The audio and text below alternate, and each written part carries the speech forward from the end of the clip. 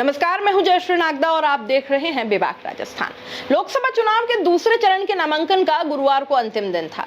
बचे हुए प्रत्याशियों ने नॉमिनेशन किया। इसमें भाजपा और कांग्रेस के कई बड़े नाम भी शामिल थे।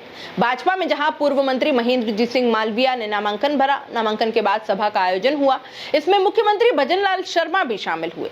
मालविया की नामांकन सभा में पहुंचे मुख्यमंत्री भजन लाल शर्मा ने कहा था कि जैसे ही मैं मुख्यमंत्री बना, मालविया किसी न किसी काम के लिए बार बार मेरे पास आते थे, कहते थे कि मेरे वागड़ के लिए इस काम की आवश्यकता है, उस काम की आवश्यकता है।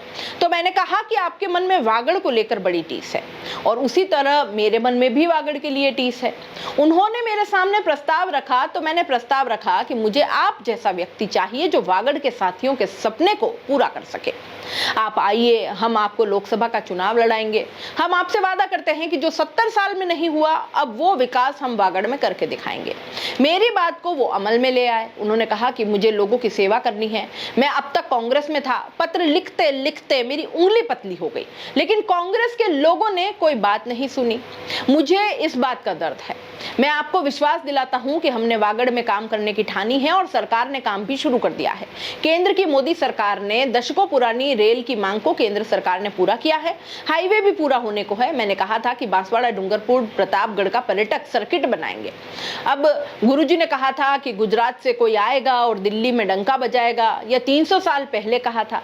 भगवान राम 500 साल से 10th में थे, मोदी ने ये कलंक भी खत्म कर दिया। इस कांग्रेस की सरकार ने गरीबी हटाने का नारा दिया, लेकिन वो गरीब से उसका कोई नाता नहीं। गरीबी हटाने का काम मोदी ने किया। हमारी डबल इंजन की सरकार वागड़ का अब विकास करेगी। पिछले दिनों हमने कहा था कि माही डैम में आइलैंड है, हमारी सरकार इनका विकास करेगी। यहाँ के औद्योगिक क्षेत्र को बढ़ाने के लिए सरकार काम करेगी।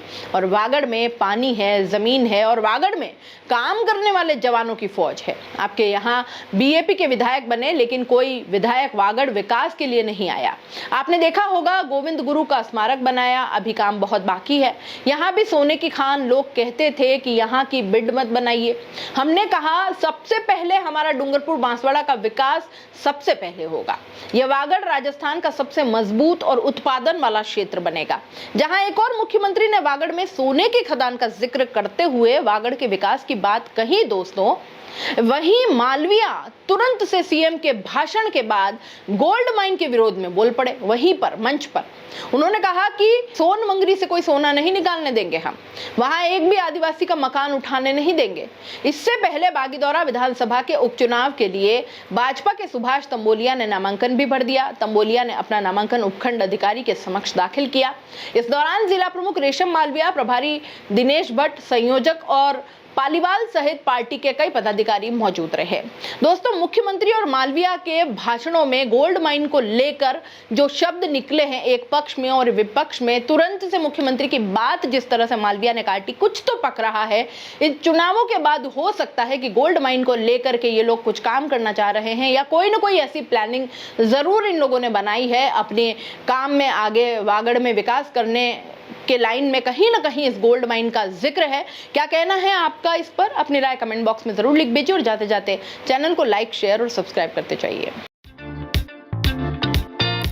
हाय फ्रेंड्स, आज हम आ चुके हैं मयंक इलेक्ट्रॉनिक्स 2.0 सेक्टर 14 में, जो है सैटेलाइट हॉस्पिटल के सामने।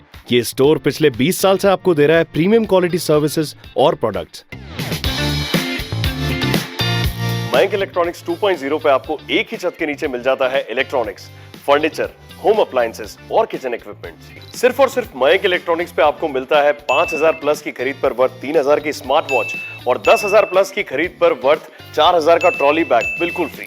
तो फ्रेंड्स, मैंने तो मेरा एलईडी टीवी और फ्री ट्रॉली बैग ले लिया है। आप भी आइए और विजिट कीजिए मयंक इलेक्ट्रॉनिक्स 2.0 को।